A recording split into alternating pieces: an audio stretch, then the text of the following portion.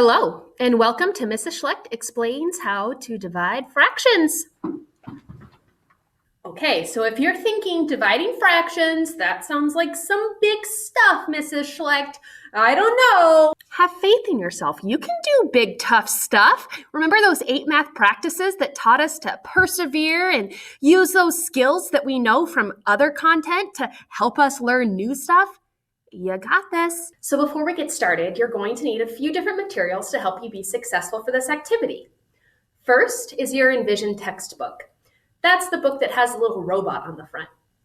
Second, you're going to need your math notebook so that you can take those beautiful notes and share all of your wonderful math thinking with me. Third, you're going to need your pencil. And fourth, last but certainly not least, you're going to need that positive math attitude, because you can do this. So before we get into all the crazy fun that is dividing fractions, there's one word I want you to know. It's the word reciprocal. And if you'd like more information, it can be found in your textbook on page 36. The reciprocal is super easy. So let's start with a simple fraction, 3/4. So this fraction we've used many times before, 3/4. The reciprocal is just when you flip it. So right now we have 3 in our numerator, 4 in our denominator. The reciprocal, you just flip it. So then we'd have 4 in our numerator and 3 in our denominator. So the reciprocal of 3/4 is 4/3. The reciprocal, you just flip it. Okay, here's some real talk. So typically when I'm teaching something like this, I like to spend a lot of time helping you discover the relationship between a reciprocal and the original fraction and how that helps us divide. But since we're not actually in class together and we only have so much time together, we got to kind of speed stuff up. So if I'm going too fast, if you want to talk more about reciprocals, I would love to talk to you more about reciprocals. But in the meantime, here's just a quick little overview of them. So the reason that reciprocals are super cool is when you take an original fraction, 3/4, and you multiply it by its reciprocal, always and forever, you're going to get the number 1 as your answer. Here's what I mean. What's 3 times 4? 12. And what's 4 times 3? 12. Now, you are brilliant. You know this, that when I have a fraction with the same numerator and the same denominator, like, 12/12, what is that equivalent to, or what is that equal to? 1, 1, 1. It's equal to 1. You're right, it's equal to 1. If I take 12 and then divide it by 12, I just have 1. So that's the beauty of a reciprocal. When I take a fraction and I multiply it by its reciprocal, the answer is always going to be 1.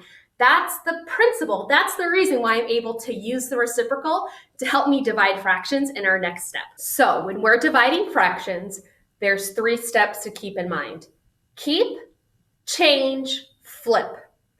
Keep, change, flip. Let's put it into action. So for this first division problem, we're just going to divide a fraction by a fraction.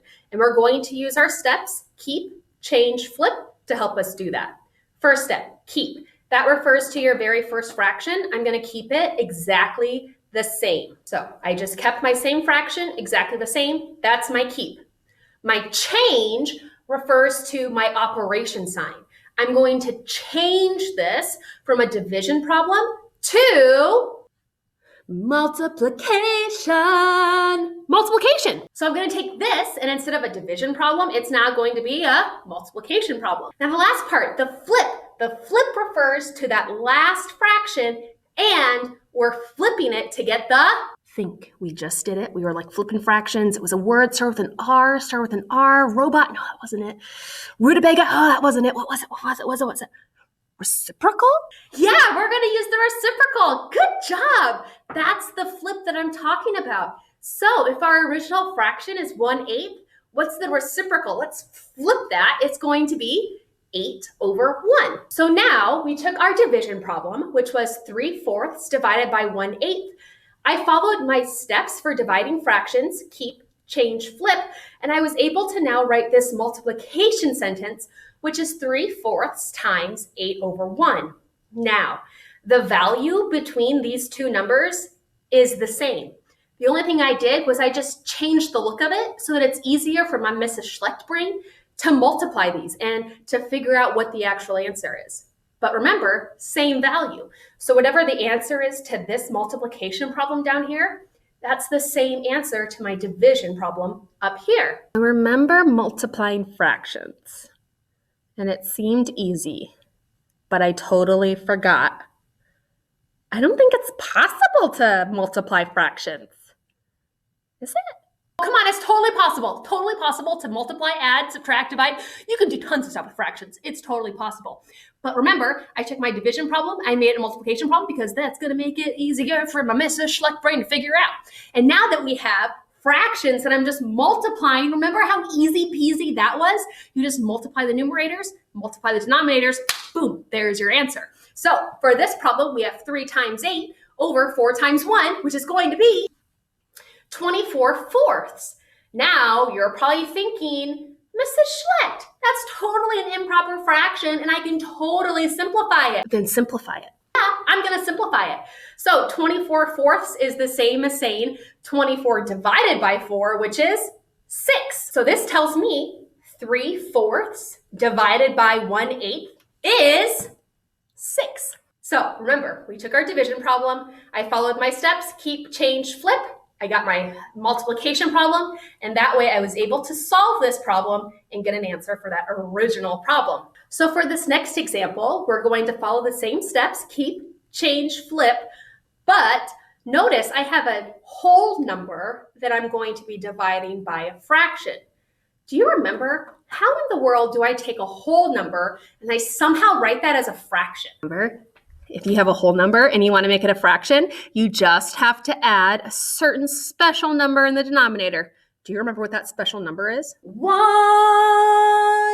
Yeah, it's 1. So in order to make 8 into a fraction, all I need to do is keep 8. It's now going to be my numerator, and I'm going to add 1 as my denominator. So again, I have not changed the value of this problem whatsoever. The only thing that I have done is I changed the look of it so that it's easier for me to work with. Now I have 2 fractions that I'm dividing. Remember, keep, change, flip. Keep, first step, I'm gonna keep this fraction the same, 8/1.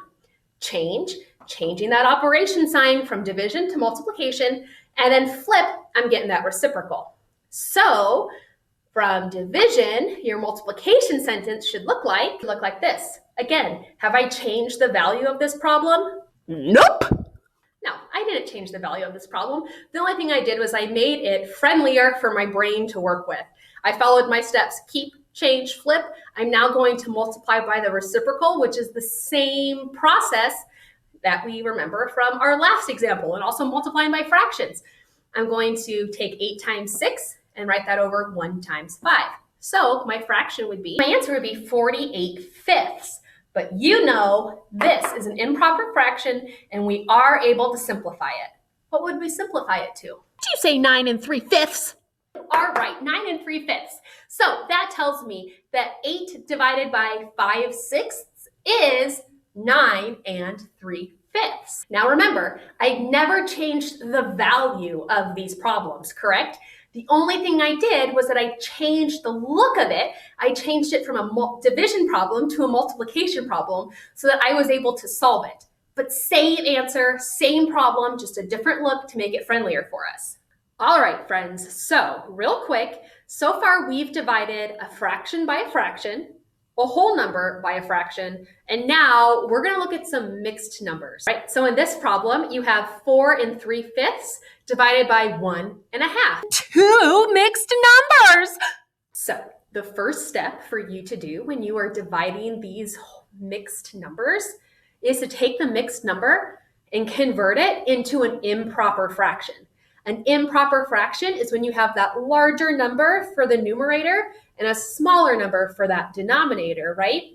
And if you forgot, the way that we transfer a mixed number into that improper fraction is by looking at my denominator, which in this case is 5. I will multiply that by my whole number, which is 4. and then I will add my numerator, 3. So for example, this mixed number into an improper fraction would be 5 times 4, which is 20, plus 3, which would be 23. And I'm going to keep that same denominator. All right, so in this step, I have not changed the value. I have not done any dividing. The only thing I have done is I've taken both of these mixed numbers and I have just written them as improper fractions because this is the structure that I know of how to use my fractions to divide. So I can do my keep, change, flip, right? You need to put it into this. All right, so here's the same problem. Up top, I know it's kind of tiny, but all I did was I just rewrote our problem that was keeping with those mixed numbers. And then down here, we have the same problem, remember, but they're now written as improper fractions. Now I can actually work with these numbers. So now we're gonna keep 23/5 to be the same. Change is our second step. Remember, that's referring to our operation sign. I'm going to change it from a division sign to a multiplication sign. All right, and lastly, keep, change, flip is our last step. And remember, that has to do with that reciprocal. So what's the reciprocal of 3/2?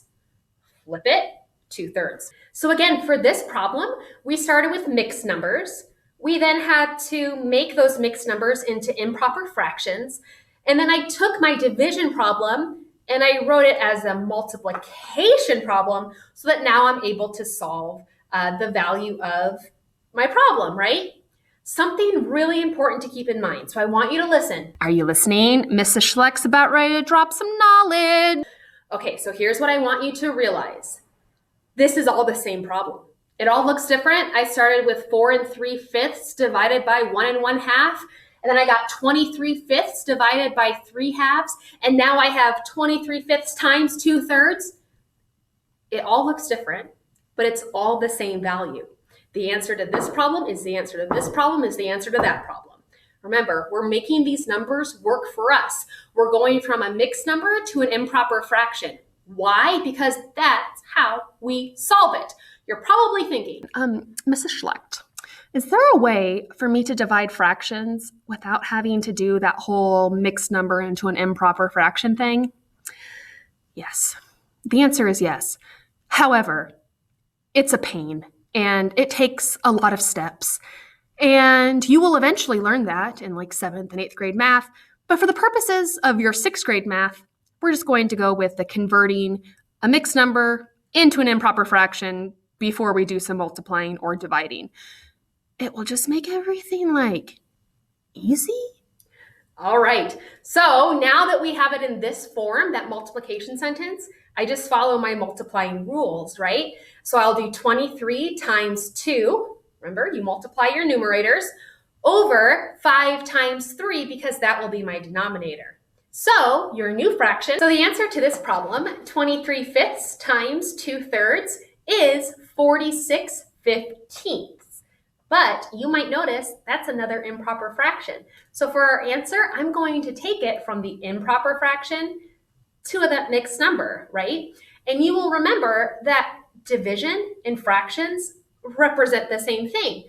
So in order for me to find out how do I take 46/15 and make that into a mixed number, you're just going to divide. So think to yourself, how many times can 15 go into 46? And then how many leftovers would you have? Ta-da! That would be your answer. So I can take 46/15 and I can simplify that and put that in a mixed number, which would then be 3 1/15. But remember, that 3 1/15 isn't just the answer to my last problem. It's the answer to this one, and it's the answer to that one.